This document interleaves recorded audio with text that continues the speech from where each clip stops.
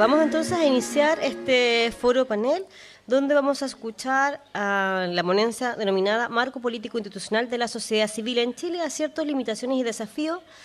Vamos a pedirle a dos panelistas que nos van a acompañar en esta jornada que puedan subir, ¿cierto? Los voy a presentar ahora. A don Gonzalo de la Maza Escobar. Él es investigador adjunto de la línea Geografías de Conflictos, profesor titular investigador del Centro de Estudios de Desarrollo Regional y Políticas Públicas de la Universidad de Los Lagos, sociólogo de profesión. En 2016 y 2017 es titular de la cátedra Raúl Previch en la Universidad de Lisboa. Sus áreas de investigación se centran en sociedad civil, la participación ciudadana, las relaciones Estado-sociedad civil y la descentralización. También invitamos a acompañarnos a la señora Violeta Montero Barriga. Ella es doctora en Sociología, magíster en Política y Gobierno de la Universidad de Concepción, licenciada en Sociología, experiencia tiene en equipos de investigación interdisciplinarios, docente en métodos de investigación social, Sociología Política y Políticas Públicas, y es jefa de gabinete de la Rectoría de la Universidad de Concepción. Bienvenida, bienvenido. Y dejamos también en este panel a don Felipe Lagos, que va a moderar esta mañana. Sí.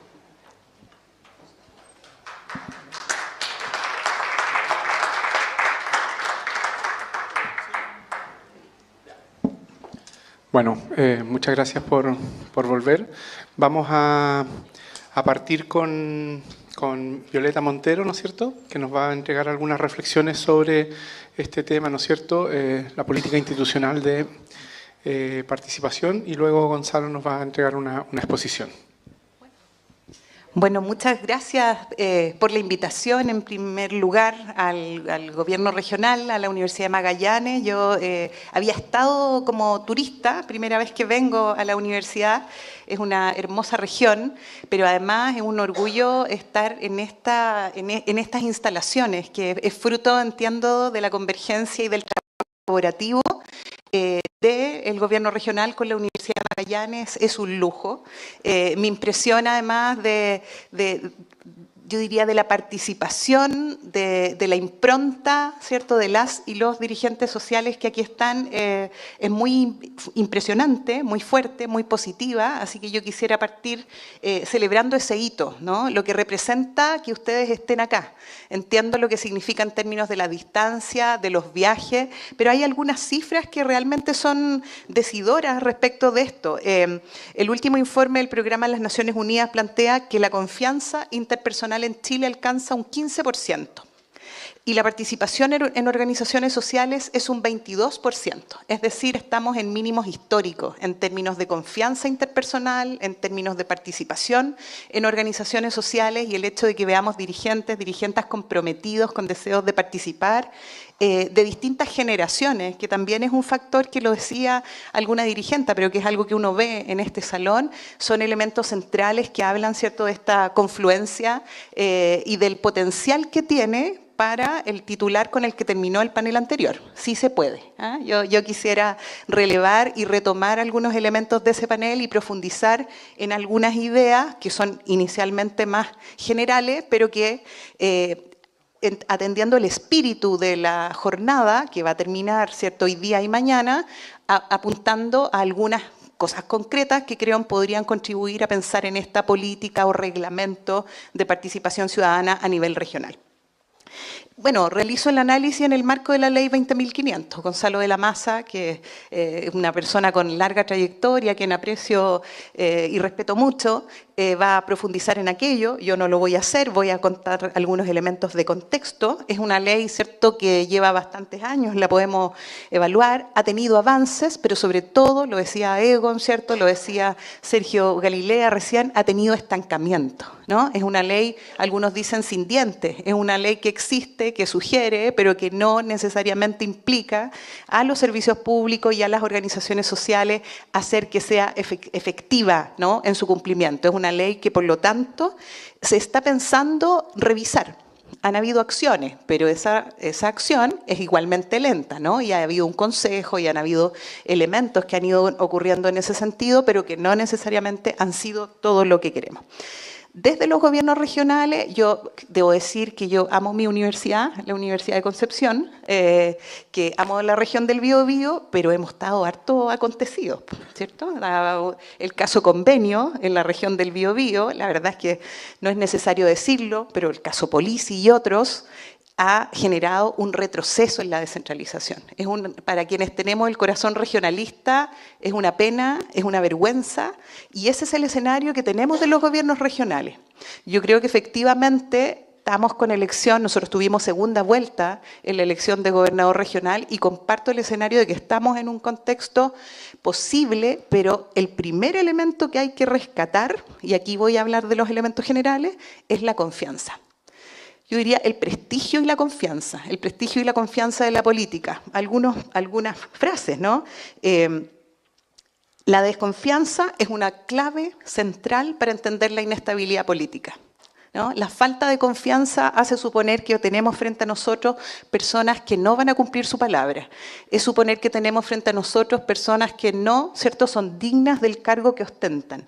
Por lo tanto, la confianza en los otros, el hecho de que yo haya escuchado acá en 2 o 3 intervenciones, supuestamente, o sea, no necesariamente son las intervenciones totales, pero cierto, pero que hayan hablado de orgullo del trabajo del gobierno regional, de la figura del gobernador regional, déjenme decirle desde la región del Biobío que es una envidia, ¿no?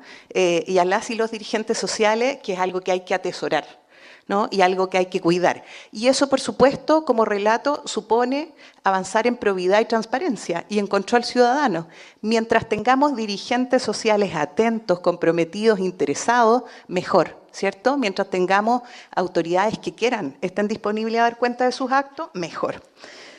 Un segundo elemento, ¿cierto?, general, es el elemento de la inclusión.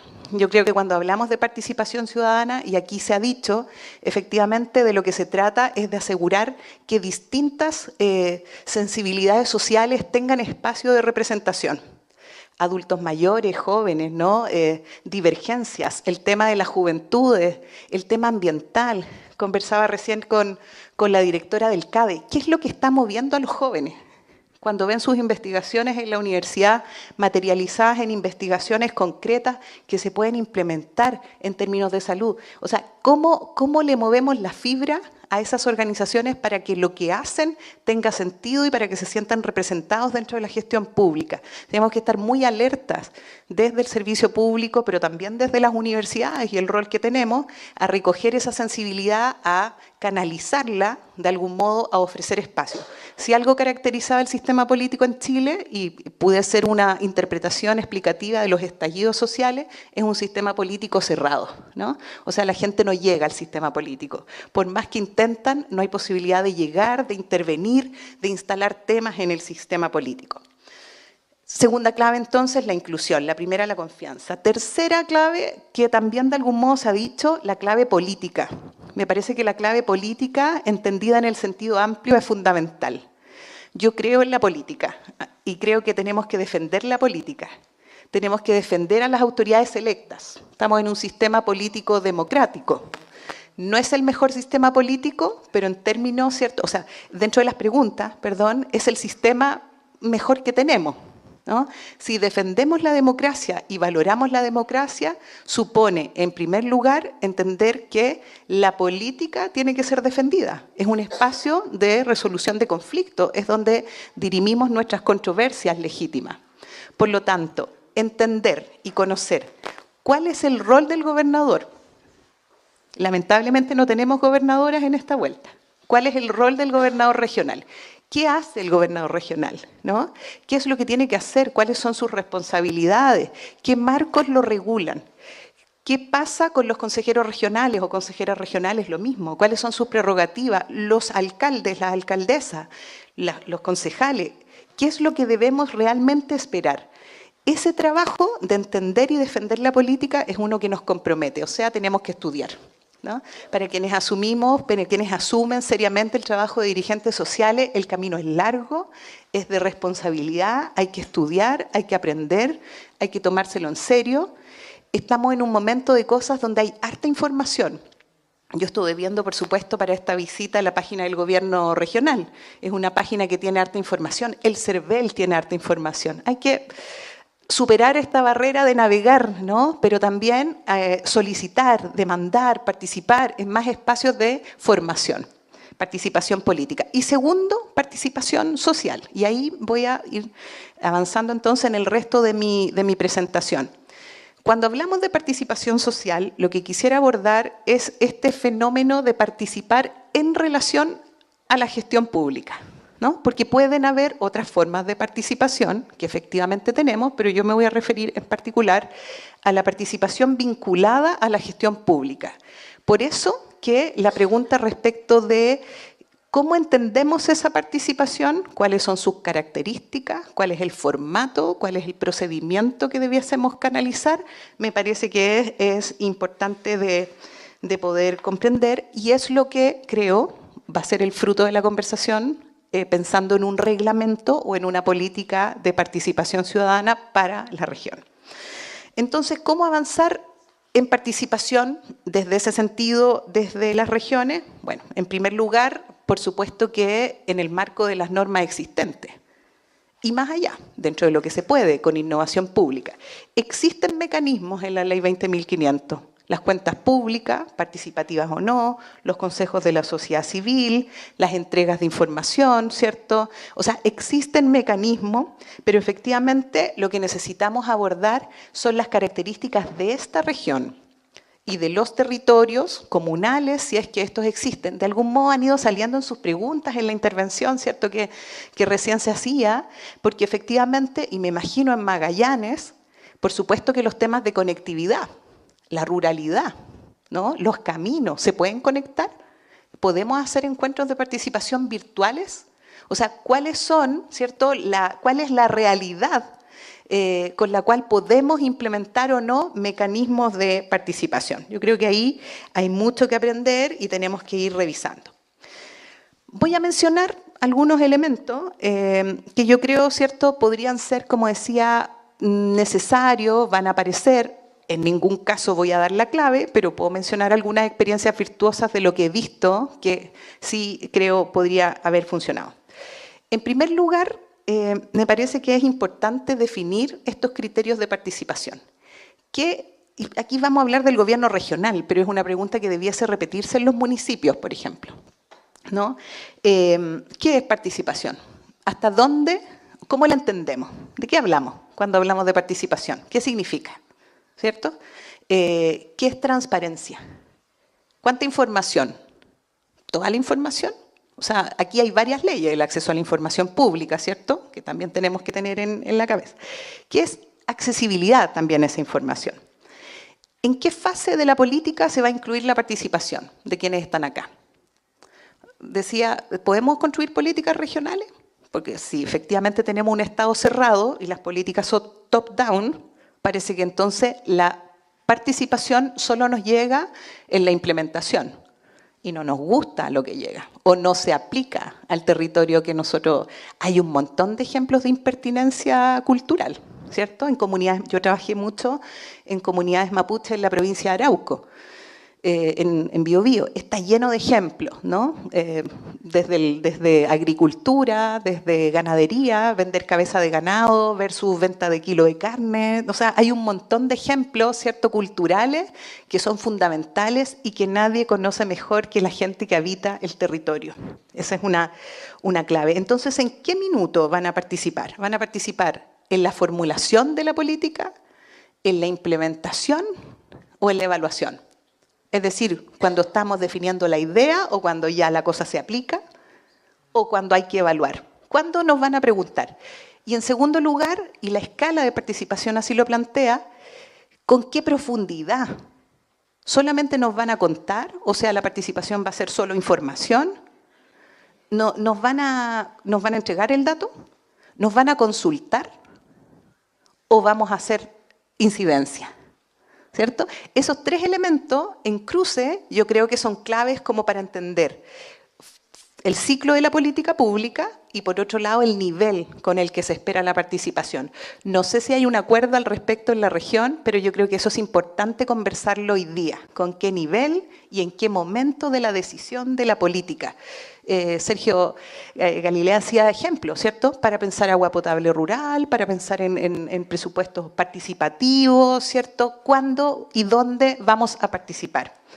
En segundo lugar, ¿cierto? ¿Cómo vamos a asegurar la pertinencia territorial? ¿Va a haber una sola definición de política para toda la región? ¿O vamos a tener algunas definiciones específicas por provincia? ¿Hay algunos territorios que debiésemos tener alguna mirada particular? ¿Escapan a la norma de lo que vamos a definir como política? Son preguntas que debiésemos hacer, ¿no es cierto? Y sobre todo, cultural. Hablaban de los inmigrantes, no sé el porcentaje con exactitud, ¿cierto? De inmigrantes es una realidad. En algunas regiones es completamente, ¿cierto? Inevitable ver la presencia, ¿no? O sea, completamente. Abordamos esa realidad también y, por supuesto, ¿no? Cómo entendemos estas particularidades culturales fuertes. Otra cosa que me parece importante es dónde se aloja la responsabilidad de promover la participación ciudadana. O sea, yo creo que es un desafío cultural. Yo concuerdo en aquello. Creo que aquí los actores, los colegios, etcétera. Pero la pregunta, por ejemplo, en el gobierno regional, ¿hay una unidad de participación ciudadana? ¿Cierto? Esa persona la conocemos. En los municipios, ¿quién va a estar? Lo que pasa en municipios pequeños es que además hay multifuncionalidad, ¿por cierto? El que es encargado de participación ciudadana está encargado de gestión de riesgos de desastre y de deporte y de organizar, ¿cierto? Un montón de otras ceremonias. Entonces la pregunta es, ¿cómo hacemos que fluya la participación? Lo que decía la dirigente, ¿cierto? Si se requiere recursos para el pasaje, ¿con quién hablo? O sea, esa claridad en términos de que efectivamente el Estado sea una relación, o permita la relación con la ciudadanía. Se habla del Estado, de los municipios, sobre todo como la epidermis, como la piel, ¿cierto?, del Estado. Es ahí donde la gente llega en primer lugar. Entonces necesitamos ponerle cara a eso, ¿no? Necesitamos tener una relación como cercana que nos permita aquello. ¿Quién se hace cargo? ¿Dónde se aloja? ¿Con qué recursos? ¿Con qué recursos? Y cuando hablamos de recursos, hablamos de recursos económicos, pero también hablamos de recursos humanos. Voy a ocupar esa palabra, ¿no? ¿Con qué nivel de capacitación la persona que nos recibe? Un poco esto que decían de los jóvenes. Yo creo que entender a la juventud es un tema. Yo tengo una hija de 14, he ido a todos los últimos conciertos de Young Sister y Kid Voodoo, ¿no? Todo eso porque ¿cómo la entiendo si es que no escucho? ¿No? Y Young Sister, que invitó a otros 10 artistas, llenó el estadio en Ñuñoa, ¿sí? Y es una movida de jóvenes, desde 8 hasta madres que acompañan a los hijos jóvenes, también todas, ¿cierto? Que es muy potente. Concepción ha planteado este tema de la ciudad de la música, los eventos culturales. Entonces, ¿cómo abrimos nuestra concepción a entender otras formas de participación? ¿Cómo abrimos a entender dinámicas que son propias de la juventud más urbana, en este caso, pero que también tendríamos que tratar de comprender con la filantropía asociada a lo ambiental, por ejemplo, al cuidado del medio ambiente, esas preocupaciones que las juventudes tienen, yo creo que es fundamental. ¿Cómo definimos los liderazgos que articulan? Por un lado necesitamos dirigentes fuertes y participación ciudadana, pero líderes también, gente a quien creer. ¿Y cómo nos hacemos cargo, ya lo decía de algún modo, de la participación a nivel subregional? Nosotros vivimos, mirá, que nos han pasado cosas en Biobío. Hace algunos años éramos Biobío y Ñuble, una región. Hoy día son 2 regiones. ¿Y eso qué muestra? Muestra que el centralismo no es solo nacional, ¿cierto? Y que lo que genera la falta de representación en los territorios es falta de sentido de pertenencia, de identidad. Entonces, un trabajo y una mirada particular a la escala subregional. Yo me imagino el desafío, la complejidad que significa participar en distintos territorios comunales, en distintas provincias. Hay que contemplarlo en la gestión de presupuesto, en el tiempo de los profesionales, en las redes que se establecen. Otro elemento es la perspectiva de género. ya de algún modo salió en las preguntas, pero para mí es un elemento central. ¿Cómo se aborda? ¿Vamos a tener cuotas?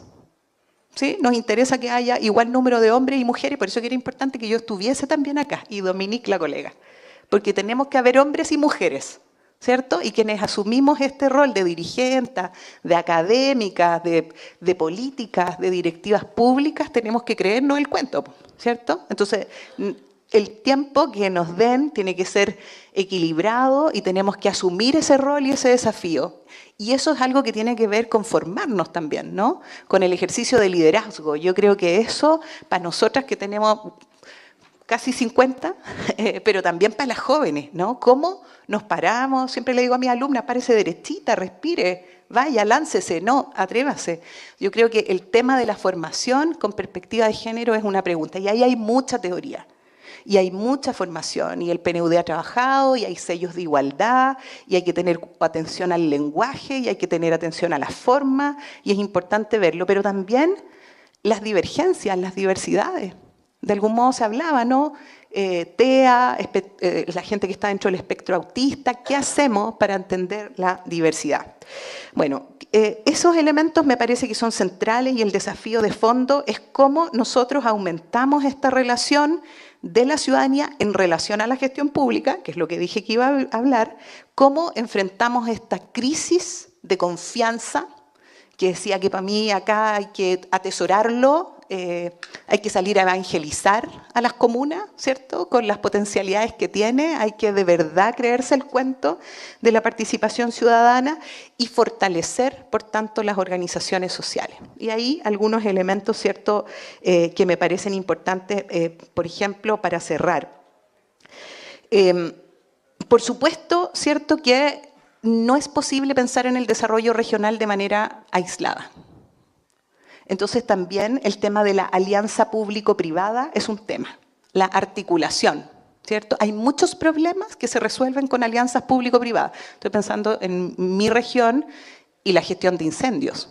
Es distinto allá, ¿no? Pero tenemos presencia de forestales muy fuerte, o sea, de puertos privados, de forestales privadas, que están en territorios donde muchas veces no pagan ni patente, ¿no? En comunas donde no pagan patentes. ¿Cómo hacemos para avanzar en ese trabajo de alianzas público-privadas? Y nuestros dirigentes y nuestros alcaldes tienen que poder, ¿cierto?, exigir, demandar, establecer acuerdos en ese sentido, estableciendo acuerdos, generando intereses distintos. La política se trata de eso, no siempre uno gana, ¿cierto? La política se trata de que planteo mi punto y no siempre necesariamente voy a ganar. ¿Cómo aseguro entonces esa amplia representación? Y aquí viene un desafío central, no sé cuánto han avanzado en aquello, pero creo que es fundamental. ¿Cómo aseguro el monitoreo de los acuerdos? ¿No? Lo que hemos avanzado como propuesta, pero es algo que yo creo que de ahí hay que seguir desarrollando. Dirigí hace poco un proyecto que se llama Plan Estadístico para la Toma de Decisión Regional en la región del Biobío, y la pregunta es, ¿cuántos datos tenemos para entender lo que nos pasa? ¿Dónde están las personas postradas? ¿Cuántas son? ¿Cierto? ¿Cuántos son los caminos? ¿Cuántas áreas verdes tenemos? Estoy pensando en otras regiones, ¿cierto? Bueno, ¿cuántas escuelas? ¿Cuántos niños? La gestión de datos, la gobernanza de datos, me parece que es un factor fundamental. Y en particular, la Estrategia Regional de Desarrollo, los PLADECO, porque creo que uno de los elementos centrales para meter la visión social son los instrumentos de planificación. Yo creo mucho en la Estrategia Regional de Desarrollo. Hay que estudiársela, ¿cierto? Y hay que decirle al señor gobernador y a quienes son jefes de división, entendemos las prioridades de la Estrategia Regional de Desarrollo. En el marco de esas prioridades estoy pensando este proyecto para mi comuna. El apropiarse de esa nomenclatura, pero tener el dato. En Biobío creamos una plataforma en alianza con una corporación de desarrollo privado que se llama Mira Biobío. Y hay experiencias súper interesantes en otros países de monitoreo de las estrategias regionales de desarrollo, pero yo diría, además, hay que sumarle el presupuesto de la región. ¿Dónde está? ¿Cómo sabemos de la ejecución? ¿Cierto? O sea, ¿cómo acercamos y aprovechamos el uso de la inteligencia artificial? ¿Sí? El uso de la inteligencia artificial, el acceso a datos, que no es tanto, con plataformas de monitoreo ciudadanas. Porque lo que le estamos diciendo a la gente es que se meta. Pero ¿cómo uno se mete si no tiene idea? ¿Cierto? Si yo no sé cuánto era el presupuesto de la región, está en la dirección de presupuesto, pero la ejecución presupuestaria, y aquí hablo a nivel comunal y municipal, me parece este desafío regional solo si tenemos comunas articuladas. Incluso me parece que parta de abajo hacia arriba. Lo que hay hoy día, cuando usted va a preguntar a una comuna dónde están los datos, es que un funcionario le dice, yo lo tengo acá. Lleva 2 años, no, lo tengo acá. Usted le pregunta, ¿cuántas plazas comerciales hay? Acá lo tengo, ¿cierto? Otros lo tienen en un Excel, otros lo tienen en PDF, otros lo tienen en un Word, otros en nube, en el computador. Entonces, el desafío de gobernanza de datos, la opacidad que genera la ausencia de datos en la decisión, a mí me parece que es uno de los elementos claves para hacer regiones inteligentes. Y esa demanda de los ciudadanos, de la ciudadanía, de las organizaciones, por tener antecedentes, creo yo que es una de las claves fundamentales. Y otro elemento que me parece fundamental, y me parece que acá lo veo más, y con esto cierro para no abusar del tiempo de Gonzalo, es la identidad regional. Acá teníamos a Mateo Martinich, ¿no? O sea, un historiador reconocido, Premio Nacional de Historia, pero me imagino además toda la riqueza de pequeñas historias patrimoniales que ponen en valor los pioneros, la vida, lo que significa haber llegado, herencias que se trascienden y que finalmente van irradiando amor por el territorio, amor por las comunas. Solo se quiere lo que se conoce. Es importante trabajar en esta gestión de datos. Lo estoy hablando así desde el punto de vista más frío, pero también en aquellos elementos de la historia que nos hablan de nuestra identidad, que pueden traducir a las nuevas generaciones además ese orgullo de ser magallánico, ¿sí? Ese orgullo de ser de Punta Arenas, de ser de Porvenir, ese orgullo de lo que significa como concepto participar, porque la identidad no es algo abstracto, es algo que en el fondo que se vive también, ¿no? Es algo que se vive con símbolos, pero que se vive como un orgullo regional y que, a mi juicio, es uno de los elementos centrales que debiese promover también el sentido de pertenencia, el compromiso con el territorio y el desafío tremendo que significa ser dirigente social, dejando tiempo de sus cosas privadas para el bien público. De eso es lo que estamos hablando, de gente que está aquí hoy destinando su tiempo para pensar en bienes comunes. Y eso hay que felicitarlo, agradecerlo. Por eso agradezco la invitación y deseo profundo éxito al establecimiento de una política, de un reglamento, alineada con los instrumentos generales de la región y del país, digamos, y que permita seguir avanzando en estos 4 años que se inician, porque son una esperanza y una ventana de oportunidad, diríamos, en política pública para esta región. Así que muchas gracias y los mejores deseos para aquello. Muchísimas gracias, Violeta. Nos acompaña de Concepción también, sufriendo las inclemencias del centralismo, ¿no es cierto? Y hay que pasar por Santiago para así que probablemente nos va a dejar en algún momento pronto, pero agradecemos mucho el esfuerzo de haber estado acá y, por supuesto, tu presencia muy importante. Ahora tenemos la presentación de don Gonzalo de la Maza, académico de la Universidad de los Lagos y también miembro del Consejo Asesor Presidencial para la Descentralización. Así que aprovechemos también la estadía y la presentación de Gonzalo. No, si yo no lo estoy manejando. ¿Sí puedes poner la presentación, por favor? Buenas tardes. Bueno, muchísimas gracias por la invitación. Gracias a Felipe, a Edmundo Pocho, a Paola, los que han hecho posible y que han generado este vínculo que se hace constante con la región y que es muy grato. Y esta asamblea, esta reunión de dirigencia lo hace más grato todavía, un paso adelante, así que espero que lo que yo les voy a presentar pueda ser de interés y de aporte a la reflexión que se está haciendo acá en el marco de esto de la política. Lo primero que voy a hacer unas palabras introductorias. Primero es que quiero decir que yo estoy bastante de acuerdo con Galilea, pero no totalmente de acuerdo. Un 85%. Con Violeta comparto plenamente y hizo una bajada muy buena a lo que se puede hacer, digamos. o lo que hay que hacer ahora en el marco de políticas regionales. ¿Por qué digo con Sergio estoy de acuerdo sobre todo en que en Magallanes conviene partir? Y que en Magallanes ha partido más de una vez, digamos, en cosas que después las hacemos más mal si es que las hacemos en otros lados. Y por lo tanto eso es una cosa para sentirse muy orgulloso.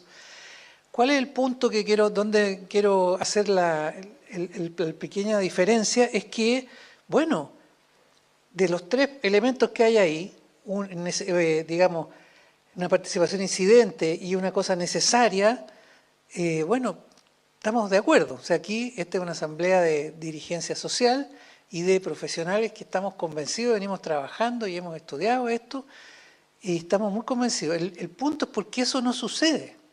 O sea, ¿cuáles son los problemas que tenemos que remover para que esto pueda ocurrir de la manera tan elocuente que nos dijo Sergio, del valor que esto tiene? O sea, yo estoy totalmente convencido de eso, pero voy a hacer el énfasis en, bueno, a mí me pidieron aspectos político-institucionales, yo voy a decir que esto es una necesidad, pero también una posibilidad. Y en ese sentido me voy a aprovechar del hecho que estamos trabajando en este Consejo Asesor para la Descentralización y ahí este tema está presente. Entonces voy a aprovechar de poner también en conversación algunas de las propuestas que ahí están saliendo, que son bastante convergentes con lo que aquí se ha hablado.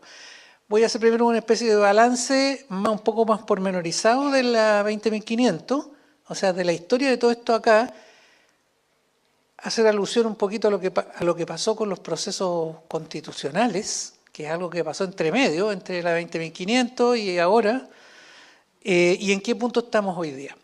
Pero para que no se me olvide, quiero hacer un punto sobre la cuestión de los jóvenes. O sea, es un tema, desde mi punto de vista, no es que sea fácil, obvio que no es fácil, pero uno diría, bueno, pero podemos hacer algunas cosas. Cuando ahí dice, Magallanes participa, aquí dice, estaba ahí, Magallanes participa, bueno, estamos hablando de las organizaciones sociales. Recién nos acaba de dar el dato, Violeta, 22% de las personas participan en organizaciones sociales. En la región de los lagos, donde yo trabajo, 16% en 2022, nos dice el barómetro regional. Probablemente aquí sea un poco más, pero estamos en un punto donde cuando decimos las organizaciones de la sociedad civil en la descentralización, estamos hablando de una fracción, de un sector de la sociedad, que es la sociedad organizada y vinculada a estos temas. Entonces, lo que tenemos que hacer es, en general, diversificar. Tú diste varias como claves de eso. Y entonces yo digo, bueno, si eso que aquí apareció como una preocupación así, ya que no es primera vez que lo escucho, eso debe haber estado aquí en el seminario. O sea, tomémosle la media de edad de los panelistas, ¿no? O sea, es así de simple. Egon Montesino era joven cuando yo lo conocí, pero ahora es más joven que yo, pero esos son casi todos. El género y la juventud. Me alegra, digamos, lo que están haciendo acá en el Centro de Estudios Regionales, porque efectivamente hay profesionales jóvenes haciéndose cargo. Porque pasa en la Junta de Vecinos o en cualquier otro lado, igual que en todos lados. O sea, la tendencia también de renovación no es fácil. Cuando publicamos el libro de la historia de la Junta de Vecinos, que a todo esto está en línea en la página web o sea, ponen ahí historia de la Junta de Vecinos y les va a salir. Está en la página de la Biblioteca del Congreso, un libro muy lindo, de muchos autores, con fotografías, es muy bonito. Hicimos una especie de gira nacional por comunas de Santiago, por regiones, etcétera, presentando el libro.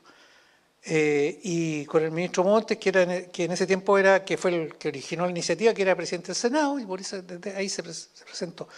Bueno, entonces ahí quiero decir lo siguiente, las asambleas, que venía mucha gente y todos tenían mucho interés en conocer el libro, se sentían muy reconocidos y reconocidas. Después saquémonos la foto con el libro, o sea, ese es nuestro libro. Cuando yo escribí la parte histórica, me encontré que no había otro libro de algo que existe en todo Chile. Las juntas de vecinos existen hace años en todas las comunas de Chile. No hay comuna donde no hay una junta de vecinos. Podrán tener mil problemas, lo que sea, pero ahí estaban.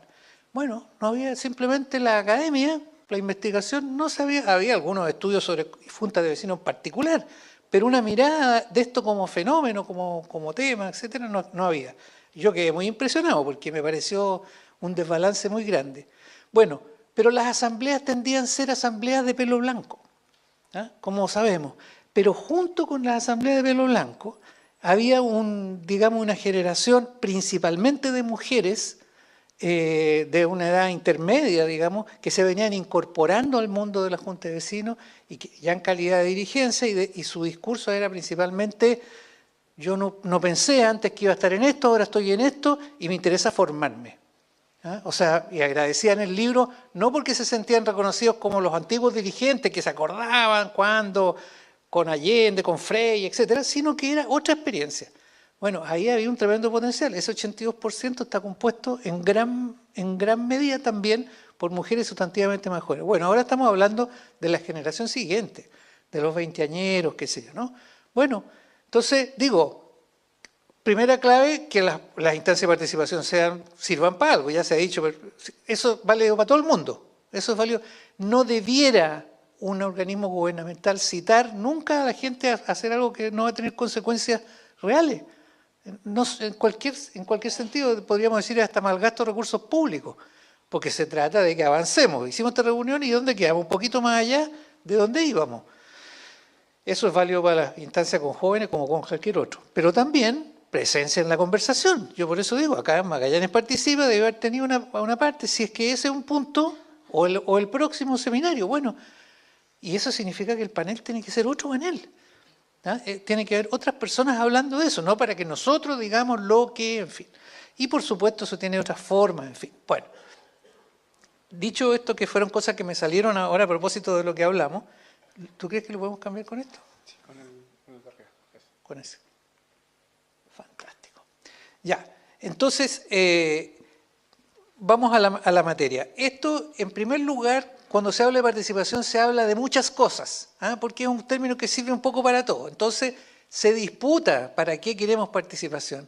Y aquí ha salido, o sea, digamos, el Ejecutivo Público lo que quiere es un poco conocer un poco de información y que no le hagan mucha olita. Por eso que el político quiere tener gente, etcétera, pero tampoco que le vengan a decir lo que tiene que hacer. O sea, esto, y hay orientaciones ideológicas también. Algunos creemos en una democracia participativa, y otros dicen, no, la democracia es la elección, ahí están los representantes y la otra gente. Bueno, esa es toda una discusión, yo no la voy a zanjar aquí, solo decir que tenemos que ir clarificando eso. Y el segundo punto que me interesa es que la participación tiene larga historia. Aquí Sergio Galilea recordó el primer programa, que fue Pavimentos Participativos, todavía existe. O sea, eso significa 30, 35 años en que eso fue un adjetivo de las políticas sociales, pavimentos participativos, ¿no? Y hubo muchos programas así. El FOSIS prácticamente se creó para apoyar iniciativas locales, en fin, etcétera.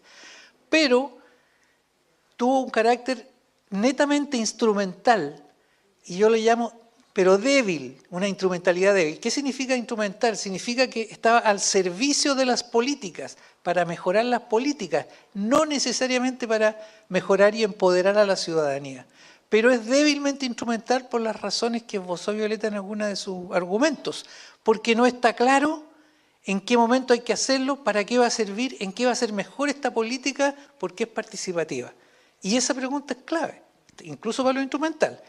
Pero débilmente instrumental y meramente consultivo. ¿Eso qué indica? Eso tiene explicaciones políticas. Eso fue, digamos, y todavía estamos en un modelo de gobernar el país que tiene eso todavía no lo supera. Vamos a avanzar más en eso. ¿Qué pasó en el último decenio, digamos? O más ya, porque el tiempo sigue corriendo. La ley 20.500 es la ley sin dientes. Es decir, que uno, si no la cumple, yo estuve en Castro la semana pasada, antepasada, en Castro no hay COSOC. La capital provincial.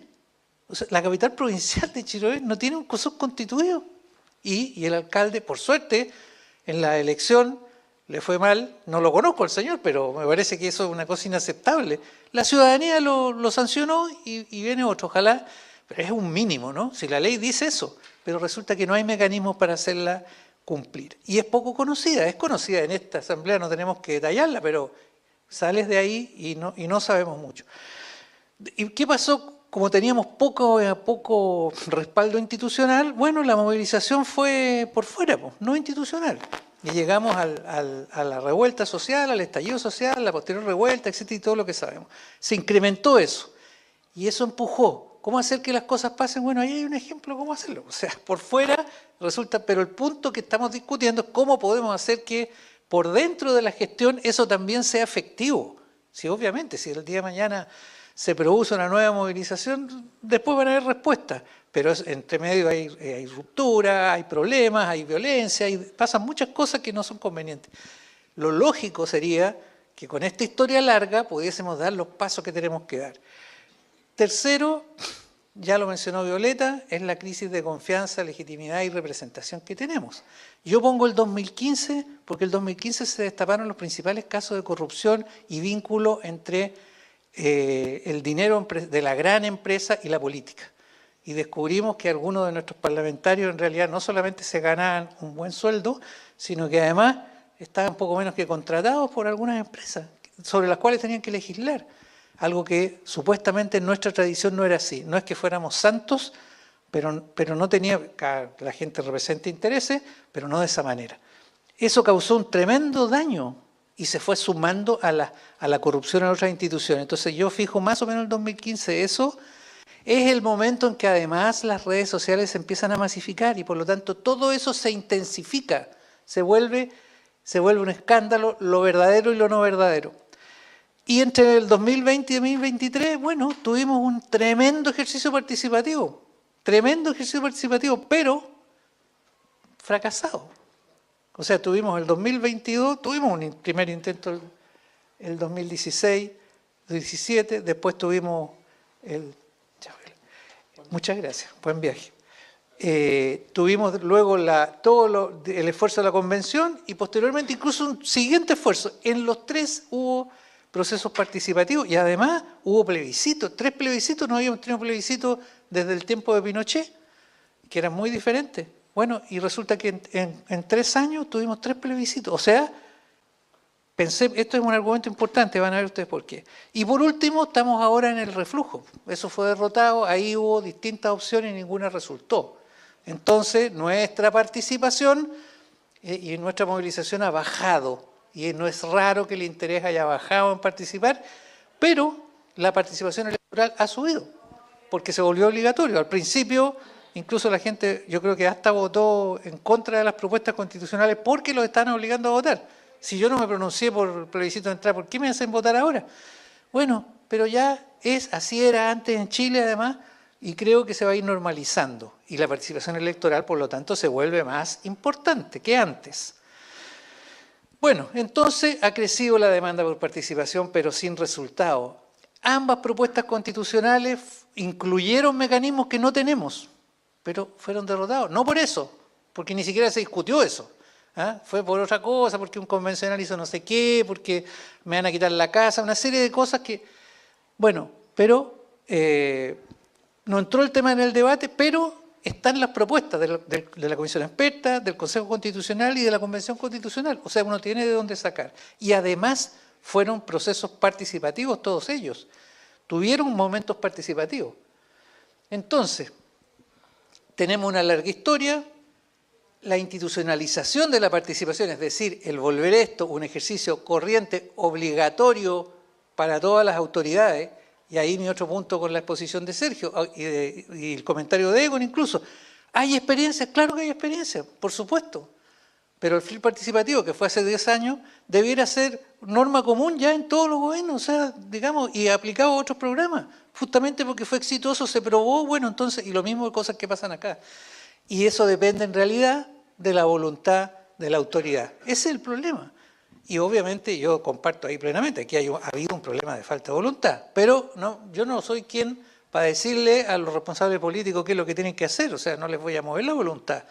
Necesitamos mecanismos institucionales que sean útiles y que por lo tanto favorezcan que esto suceda un poquito independientemente de la autoridad. La autoridad tiene que cumplir la ley y si la ley estamos de acuerdo en que sea participativa, se hace. Y los actores políticos relevantes, y eso podemos hablarlo después, no tenemos, en otras partes hay algunos partidos, qué sé yo, que hacen de esto su causa, en esto se la juegan. Acá todos dicen que sí, pero no es la prioridad. Y por eso los esfuerzos también fracasan, o sea, y que lo que se concreta es como la ley 20.500. Se logró con un acuerdo transversal, se inició durante el gobierno de Lagos, siguió durante el gobierno de Bachelet 1 y se logró con el gobierno de Piñera 1. Y se logró, pero se logró una cosa así, digamos, como la conocemos. La Constitución tiene un artículo en el cual nos podemos agarrar, que es el 1. En el artículo 1 dice que todos los chilenos tenemos derecho a participar en los asuntos, en la vida nacional con igualdad de oportunidades, que es un tema no menor. Y bueno, pero ahí está. Ahora, ¿estamos en una situación social favorable o no? Yo lo sintetizo en las 4D, o sea, tenemos una sociedad desigual, mucho descontento, tenemos más rabia que ganas de proponer, tenemos más desconfianza que confianza y estamos muy desarticulados.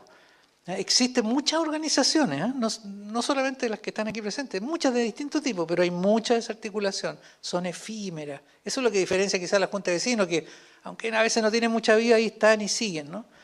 Y bueno, no tenemos un buen acuerdo y se supone que se va a empezar a discutir la 20.500 a partir de una propuesta de reforma que el gobierno actual comprometió en su programa y que hemos estado todo este año esperando que se presente el proyecto.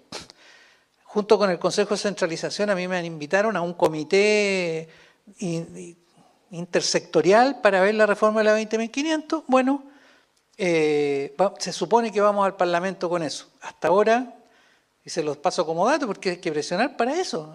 O sea, al Ejecutivo en este caso, porque el Ejecutivo es el que tiene que presentar el proyecto, con posterioridad conversar con los parlamentarios. ¿Para qué? Para lo último, que yo tengo el temor que a pesar de toda la experiencia que hemos hecho, que se la relato tan brevemente, volvamos a discutir en los mismos términos de antes. No, pero es que la democracia es electoral, entonces igual que con la descentralización, empezar a discutir todo de nuevo, si algo hemos avanzado. Entonces es clave como ir generando pequeños consensos de qué es lo que se trata, ¿no? ¿Qué es lo que está en juego ahora? Bueno, nosotros creíamos que el 2019 así, Chile despertó, decían las consignas. Yo creo que despertamos el 24 en realidad, porque despertamos a darnos cuenta que no habíamos sido capaces de producir el cambio. O sea, ni la derecha, ni la izquierda, ni los movimientos sociales, ni la clase política, porque todos... Entonces es un despertar duro, o sea, cuando uno despierta y la calefacción se terminó hace rato, hace mucho frío. Bueno, así estamos. Pero la diferencia es que ahora, y pienso en los procesos constitucionales, yo estuve involucrado en la convención y conocí también muy de cerca el proceso siguiente, sabemos cómo hacerlo.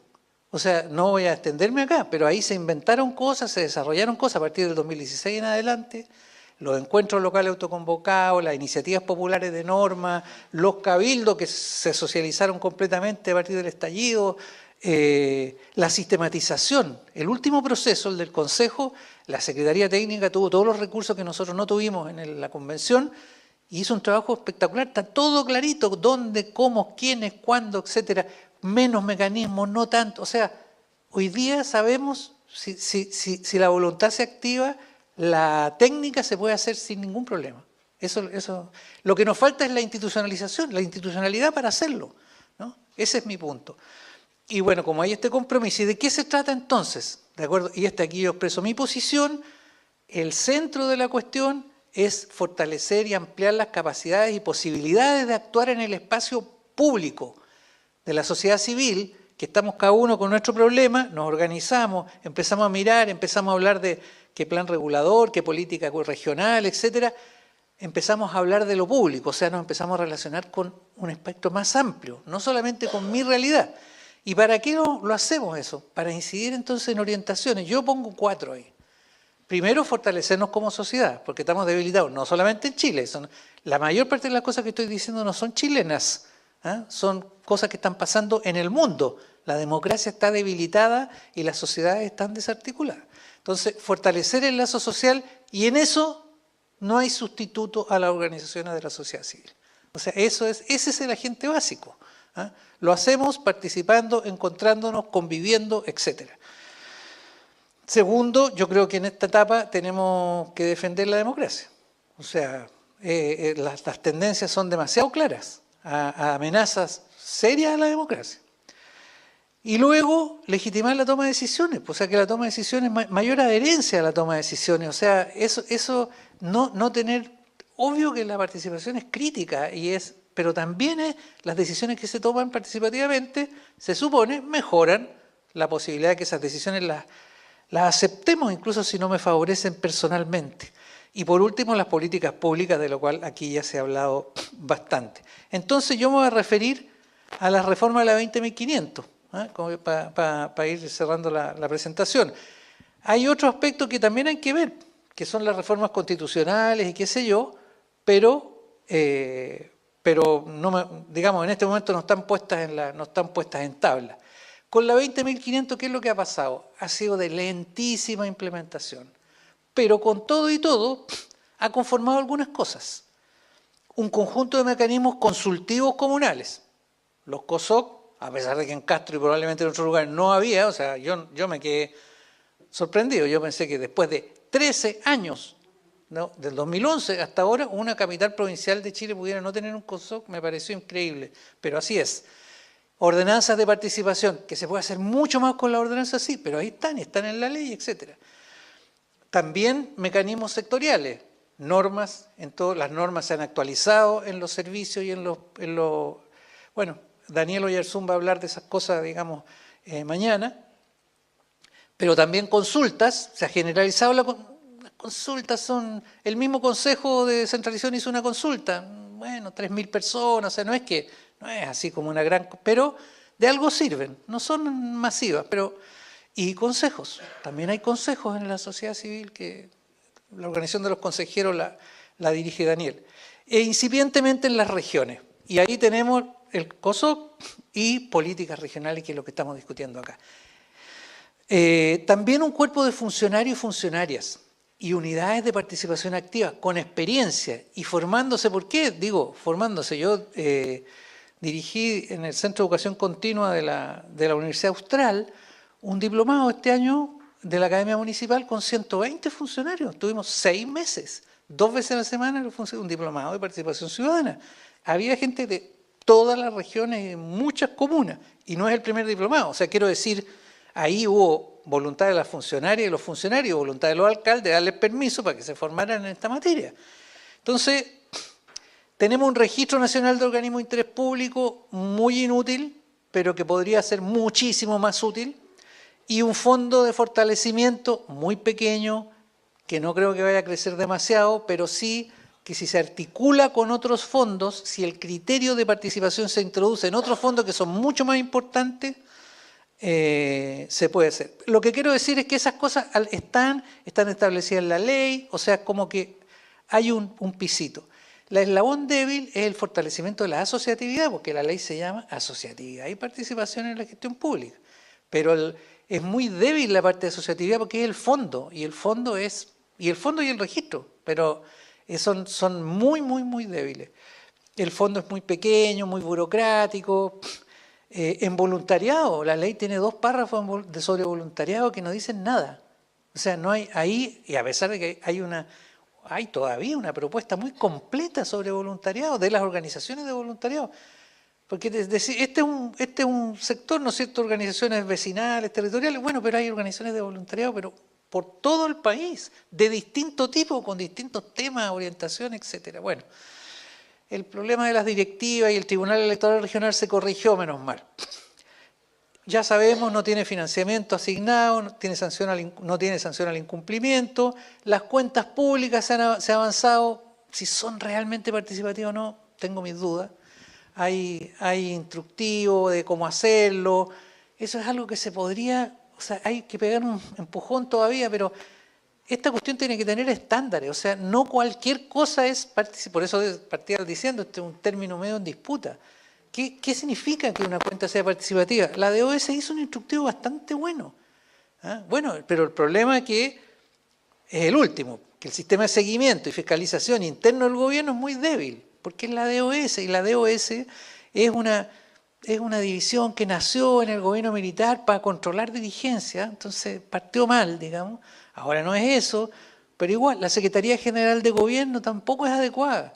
La Secretaría General de Gobierno es el organismo vocero. La función de la ministra Vallejo y de todos los anteriores es defender al gobierno, lo haga bien, lo haga más o menos, lo haga mal. O sea, esa es la función de un vocero o una vocera. Y lo hacen bien cuando logran salir jugando de la cosa más aberrante que un gobierno puede haber hecho.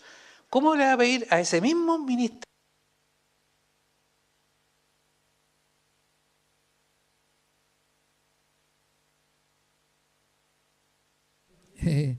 ¿Cómo le vamos a pedir que al mismo tiempo fortalezca a las organizaciones que se dedican a criticar al gobierno, que son las organizaciones sociales, que siempre están alegando, para eso son? Entonces no se puede. Nunca nadie le ha preguntado a un vocero, oiga, ¿y cómo va la participación? Nada, nada. Siempre le van a preguntar, oiga, el ministro de Salud dijo un garabato, etcétera, ¿no? O sea, entonces, bueno, esa es la situación que tenemos con la 20.500. Ok. Entonces, bueno, estos son algunos desafíos que son en el plano conceptual y constitucional, eso me lo salto porque no, me interesa, que esto es lo que está en discusión en el Consejo de Descentralización, por lo tanto es una novedad, digamos, una cosa que va a estar en el informe, que sale ahora, 20 de diciembre, tiene que estar entregado, etcétera, y que se tiene que traducir en una política nacional de descentralización, que verán qué cosas toman. Entonces, la primera cuestión es incorporar la variable territorial a ese proyecto de reforma que se va a tramitar. Supongamos que las cosas no van a ir tan mal como para que no se presente.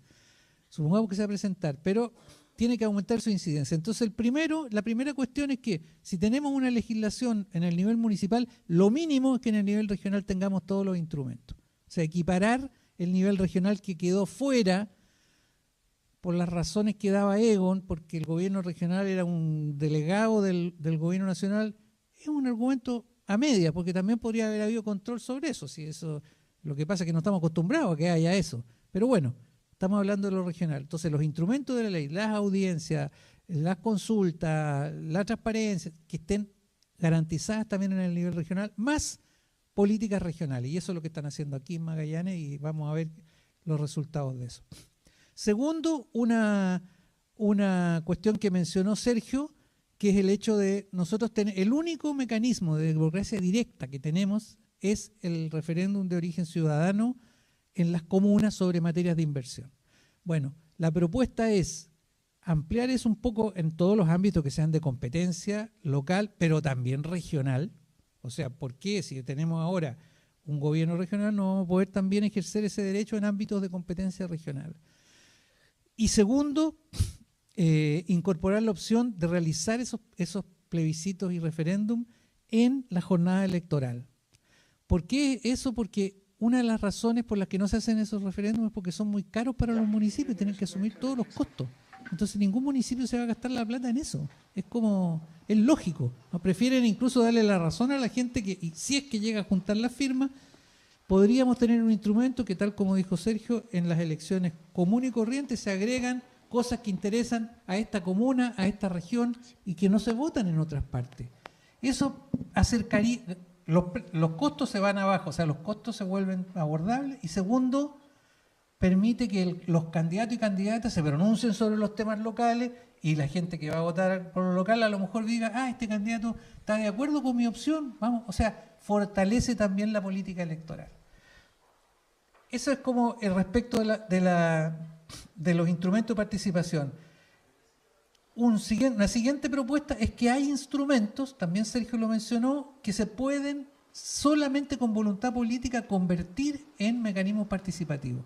El programa de mejoramiento de barrio, el de mejoramiento urbano, y recuperar los programas de inversión sectorial de asignación regional y el programa regional de asignación local, los FRIL participativos igualmente. O sea, eso tendría que ser de suyo. Mire, aquí hay instrumentos, en cada región verán el reglamento, cómo lo hace. Y por último, la cuestión de la formación.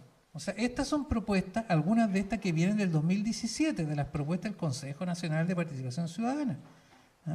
No son nuevas, que tienen que haber escuelas permanentes de liderazgo, porque de otro modo es muy difícil que se produzca la renovación que se necesita, o va a ser una renovación que va a tener mucho costo.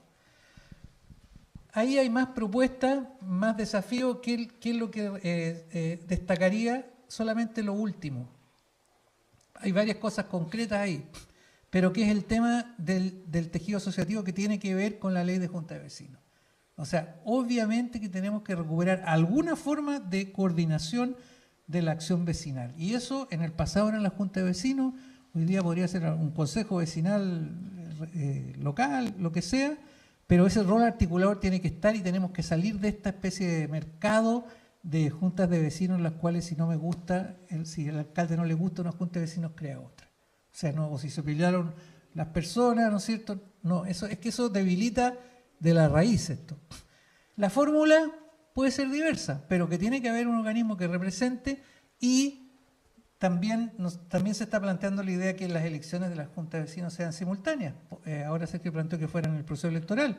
Podría ser el 7 de agosto también, al día del dirigente vecinal, pero donde se valoriza este papel. O sea, hoy día nos preocupamos de la junta de vecinos y todo el mundo está, ¿y cómo te fue allá? Y cómo, o sea, démosle visibilidad a esto. Pero no solo eso, nosotros creemos también de que hay propuestas más prácticas que se podrían ejecutar, que hubiera obligación del municipio de entregar información a una directiva entrante sobre las demás directivas, dónde están, quiénes son, etcétera, toda la información necesaria. Encuentros periódicos entre concejales, COSOC y juntas de vecinos. Sergio mencionó el tema de los cuerpos colegiados. Los COSOC y los CORE son organismos muy débiles. Entonces, si ellos ven como una amenaza el que además surjan organismos, consejos de la sociedad civil, es un problema. Tienen que ser roles complementarios. Y eso, la mejor manera de eso es empezar trabajando juntos. No solamente en las relaciones con el alcalde o con el gobernador, también con los consejos. En fin, hay otras propuestas más. La última, lo que quiere decir es que el fondo de fortalecimiento puede crecer, ojalá crezca, pero no, aunque crezca mucho, no, tampoco va a ser un gran fondo.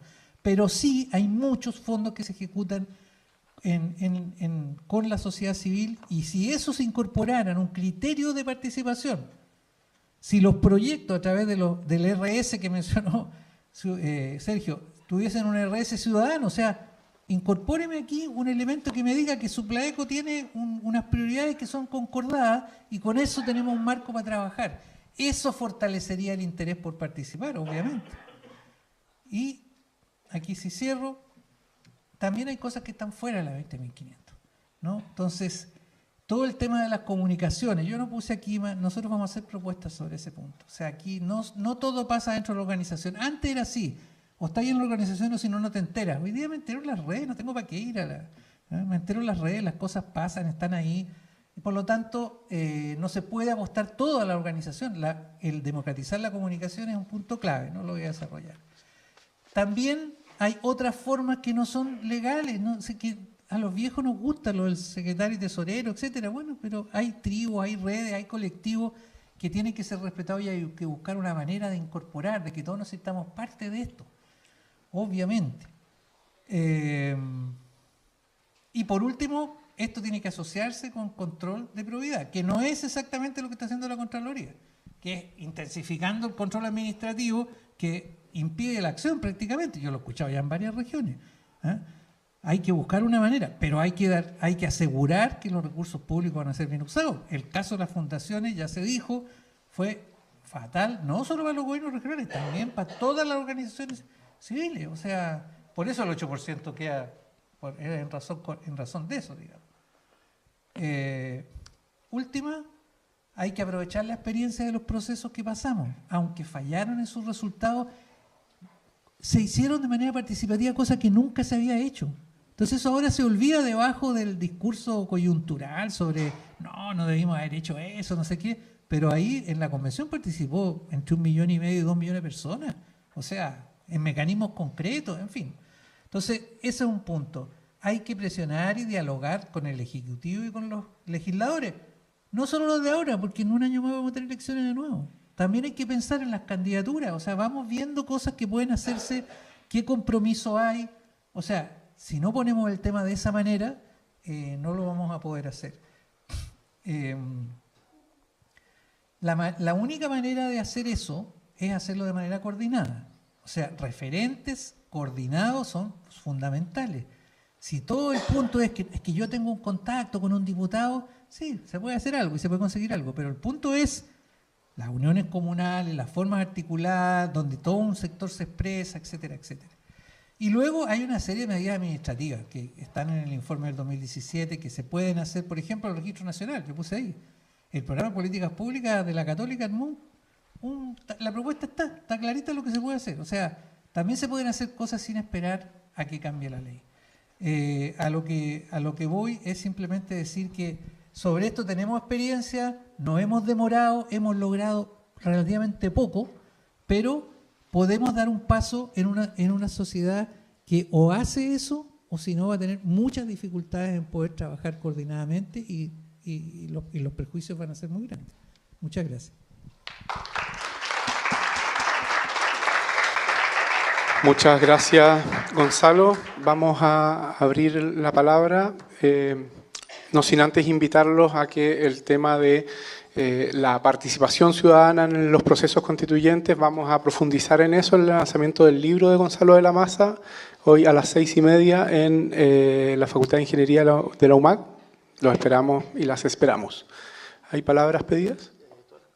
Sí. Vamos a recoger las preguntas de a tres y luego vamos con nuestro panelista. ¿Se escucha?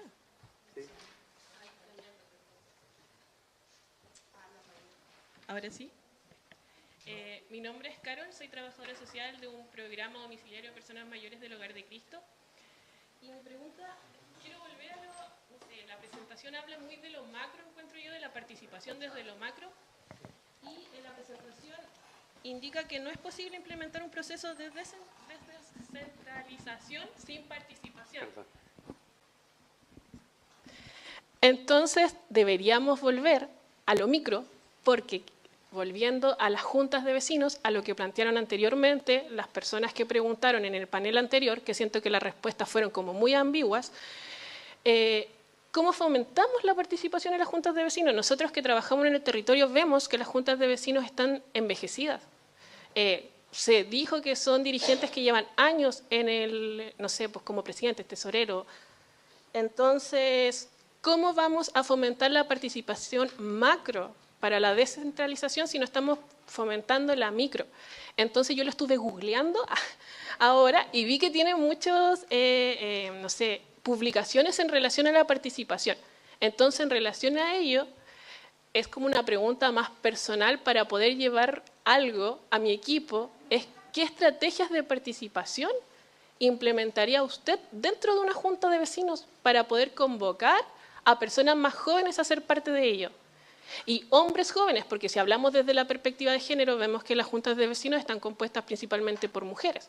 Entonces, ¿cómo incentivamos a un hombre adulto joven a ser parte de estos procesos?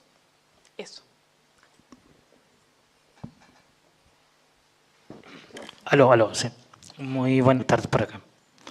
Mi nombre es Cristian Vallese León, soy participado en distintas instancias de representación en el ámbito de las culturas y también fui parte del COSOC, del primer COSOC del Instituto Antártico Chileno. También co-coordinador de algunas organizaciones en el ámbito ambiental. Muy bien, al comienzo de tu presentación planteaste sobre, justamente vivimos en una plutocracia, en donde justamente el dinero es quien gobierna, ¿no? O sea, dejamos la democracia de lado lamentablemente y pasamos a una plutocracia y vemos casos justamente en este ámbito de, luego también lo ligaste al punto de la desinformación en medios. Entonces, estamos bombardeados por una desinformación global, que en este mismo momento, en el mundo mundial, vemos justamente cómo Elon Musk se junta con Donald Trump, y en ese sentido, muchas... Aló. Elon Musk me escuchó, me está silenciando, me estaba hackeando. Justamente muchas...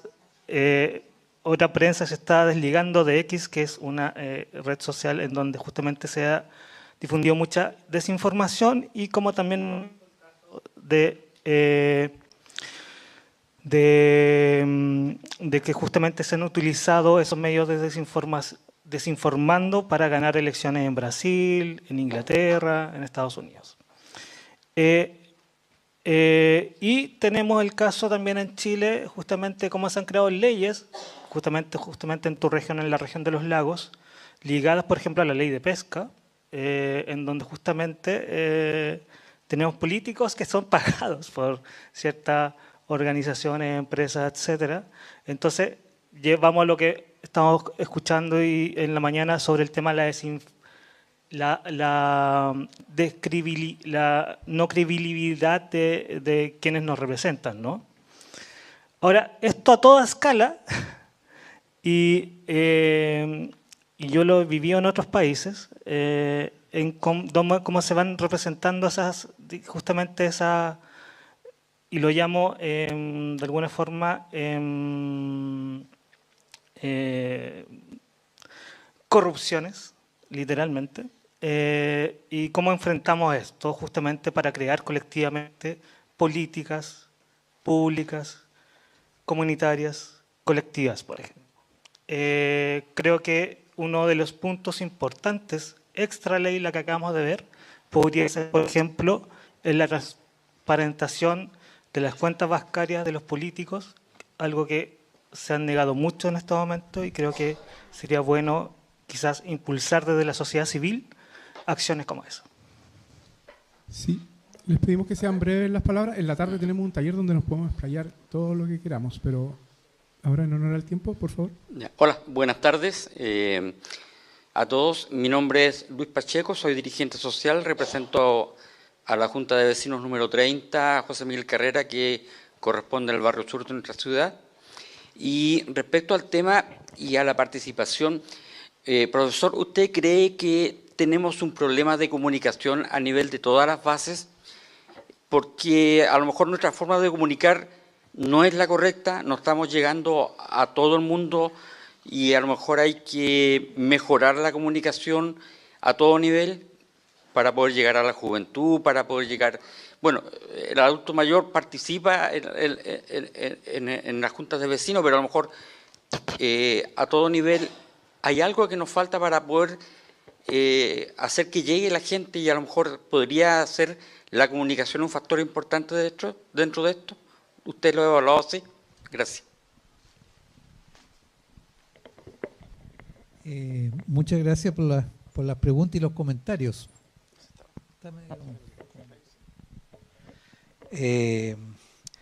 Son desafiantes, pero mira, lo primero lo que dijo Karen, volver a lo micro, porque ¿cómo vamos a hacer lo macro sin lo micro? En realidad hay que trabajar a ambos niveles. ¿Por qué? Porque cuando se logra un cambio legal, o se abre una oportunidad, digamos, estructuralmente establecida, o se genera un recurso para poder trabajar, supongamos esto que digo yo, supongamos que esta propuesta de que se pueda... La ley dice que se pueden hacer referéndum de origen ciudadano, pero nadie los puede hacer. Vitacura fue el único capaz de hacerlo, fue exitosísimo, pero es que nadie es como Vitacura, o sea, no, entonces como es tan claro, ¿no? Entonces, o uno dijera, por ejemplo, yo he pensado a veces poner un plan regulador que demora tanto tiempo, bueno, ¿por qué no pensamos que tiene que ser sancionado en un referéndum también? Eso opera, eso independiente, voy a exagerar un poco el argumento, independiente de que a lo mejor la gente, no se entera demasiado, pero hay un incentivo para que nos pronunciemos. El alcalde tiene un incentivo para que su plan se conozca.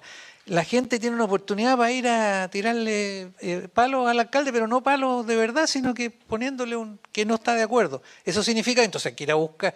Es decir, la dinámica de la acción cambia, empieza a cambiar. Por eso son importantes los incentivos institucionales y los mecanismos legales. Solos, efectivamente no. Entonces ahí va lo que dijo Karen, o sea, esto también tiene que ocurrir en el nivel micro. Tiene que pasar algo, porque si no, no quedan las cáscaras vacías. ¿Qué cosas uno puede hacer, digamos? Un segundo comentario, tú dices, bueno, adultos jóvenes, varones. Lamentablemente yo creo que no se va a lograr demasiado con ese sector, creo yo, por razones históricas también. O sea, las formas de participación generan espacio para ciertos sectores. O sea, las organizaciones y las formas de asociación son expresión de ciertos actores. El sindicalismo es hijo de la lucha obrera, o sea, fue el instrumento que se dieron los trabajadores, después también tuvo bastante desarrollo en las clases medias, en las clases profesionales, se instaló propio de qué? De empresas que funcionaban con contratos estables, o sea, la economía se vuelve neoliberal, se vuelve precario el empleo y los sindicatos se debilitan. Ya no es el sindicato, no es que no sea completamente, pero es menos el sindicato una herramienta. Las cooperativas surgen en un etcétera, y así, las juntas de vecinos también, tienen una historia. Entonces yo diría, y ahí aprovecho a contestarle a Luis también, creo que el punto es abrir un espacio en los territorios para diversas formas de organización, y ni siquiera de organización, de asociación, de vinculación entre nosotros. Las juntas de vecinos en particular tienen un desafío. Yo creo que uno es reconquistar su poder vecinal. O sea, en la medida, ¿por qué las juntas de vecinos se van quedando los más porfiados? Bueno, porque hay un mecanismo que las debilita. Y es que hayan varias juntas de vecinos, o sea que mi opinión vale como la de cualquiera. Tengo que juntar más gente para formarla, tengo una serie de requisitos, se supone que yo soy representante de los vecinos, pero en realidad no es así, se equipara en realidad a cualquier organización. ¿Tiene que ser la única? No, absolutamente no. La Junta de Vecinos, desde mi punto de vista, cuando se democratizaron las Juntas de Vecinos a comienzos de los 90, se perdió una oportunidad, que era ver toda esa inmensa trama que en los 80 construimos, desde la ilegalidad, digamos, de la informalidad, se nos ocurría las cosas más inverosímiles y armábamos algo porque no había espacio institucional. Se conquista el espacio institucional, la Junta de Vecinos debió reconquistar ese papel y haber acogido a todo ese conjunto y haber generado alguna forma de coordinación vecinal. Bueno, no fue así, las cosas fueron por otro camino. Entonces, lo primero es eso. Pero luego, del punto de vista ya así como más metodológico que tú dices, hay cosas tan simples. ¿Por qué se debilitan las juntas de vecinos? Típica cosa. No, es que no tenemos ni una documentación porque la directiva anterior se llevó todo. Bueno, y uno dice, bueno, pero no existen los computadores, no existen la nube para poder instalarla. O sea, ¿cómo puede ser que dependamos todavía del cuaderno de actas y del cuaderno de cuentas? ¿Ah? Obvio que si se llevó todo para la casa, y muchas veces hay dirigentes y dirigentes que se llevan la plata para la casa también, ¿ah? O para la familia, si eso también pasa. Aquí no hay santos, digamos. Bueno, pero es una cosa que uno dice, pero bueno, estamos en el siglo XXI, o sea, no podemos como en el siglo XIX que alguien quemó el libro y entonces nos quedamos sin registro, ¿no? Y entonces, y cuando empezamos a conversar de eso, dicen, bueno, hoy sí, mi hijo en realidad maneja súper bien eso. Bueno, ¿y no es esa una manera acaso de involucrar a los cabros que le va a costar así hacerte el asunto y ayudarte con esa parte que uno no? O la comunicación a través de las redes sociales, que yo no uso redes sociales. O sea, porque no tengo tiempo ni cabeza para hacer eso, no es mi manera. Yo hago estas cosas, en fin, escribo. Bueno, pero entonces uno dice, esa parte de comunicación, buscar formas de hacer atractivo, transparente, eso tienen que reganar ese prestigio absolutamente. Ustedes bien saben, cuando se daña el prestigio de una organización es muy difícil levantarlo. No, si hay esa gente, no sé, el caballero cuánto, y hasta ahí llegamos, o sea, se termina ahí la actividad. Entonces, pero me parece que el desafío, Luis, es de comunicación en realidad, no de difusión. También es de difusión, obvio, que se sepa lo que se hace. Para eso se necesitan recursos y muchas veces un mismo dirigente no puede hacer todo. O sea, evidentemente que hay un... Pero entonces por eso, de nuevo, estamos en el siglo XXI, tenemos mecanismos mediante los cuales podemos fácilmente, o mucho más fácil que en el pasado, hacer circular información. Todo el mundo usa el telefonito, bueno, el telefonito es la vía. No necesita, incluso no se necesitan hacer tantas reuniones, hay que hacerlas legales, pero este mecanismo de comunicación lo usamos para ver si hay un problema en el barrio, si alguien anda ahí que nos da susto. Bueno, usémoslo también para esto. Y eso tenemos que acostumbrarnos, porque obviamente tenemos también una cultura organizacional en la cual elegimos un dirigente y después ya tú te haces cargo. O sea, eso es parte, son nuestros defectos de cultura organizacional también. Y ahí hay que aprender de otras organizaciones. Yo te aseguro que a lo mejor a donde tú te desempeñas, Karen, no se da de la misma manera. Se da de otras maneras. O sea, no son perfectos, seguro. Los colectivos ambientales son todos autogestionados. O sea, no. Entonces hay que aprender mutuamente. Por eso digo, es de comunicación. Es para allá y para acá.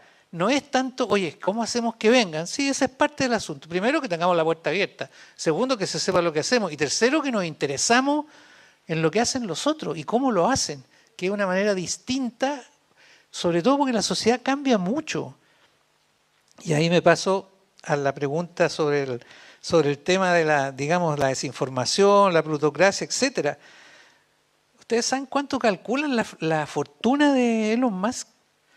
Actualmente se calcula en 348.000 millones de dólares. Un personaje que además ahora es funcionario del gobierno norteamericano. O sea, por si le faltara poder, ahora resulta que está aliado con el país más poderoso, por lo menos para el lado nuestro es el más poderoso. Y que maneja, no la desinformación, maneja los algoritmos. O sea, los algoritmos significa los términos en que conversamos.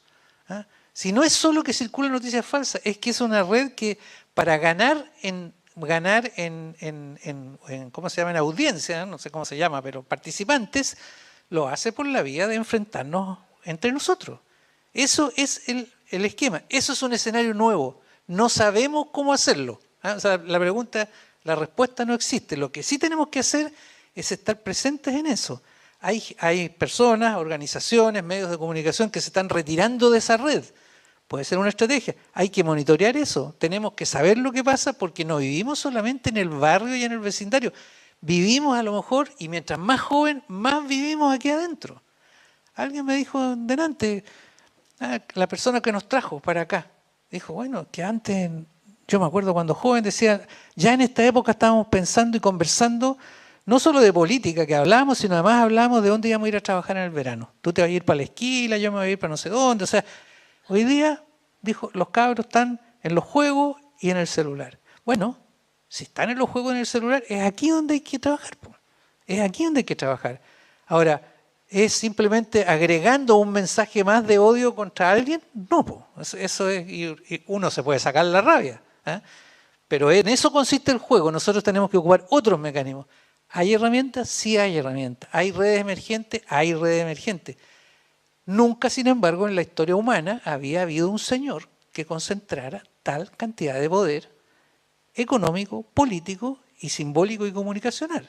O sea, estamos enfrentando una cuestión nueva. ¿Eh? O sea, piensen que entre Facebook, TikTok, los chinos, el gobierno chino en el fondo, porque es el que, digamos, controla por lo menos de atrás, Facebook y X, o sea, en ese mundo vivimos. Eso no lo habíamos enfrentado, entonces tenemos que ser capaces de pensar también en términos innovadores. Y ahí, ese no es un desafío para la Junta de Vecinos, es un desafío para todos nosotros, como ciudadanas y ciudadanos, para esta universidad y las otras, y para el Ejecutivo. Porque el día de mañana se van a ver envuelto el gobierno regional en no sé qué cosa, si no es capaz de tener un mínimo control de esa imagen, etcétera, va a tener problemas. Muchas gracias, Gonzalo. Lo vamos a dejar hasta acá. No nos da el tiempo. Nos volvemos a encontrar a las 3 de la tarde con el Foro Panel Descentralización y Democracia en Chile. Y a las 4:15 tenemos un taller grupal, ¿no es cierto?, donde la idea es empezar a levantar los elementos que ustedes, vecinas y vecinos y dirigentes tienen para compartirnos. Muchas gracias.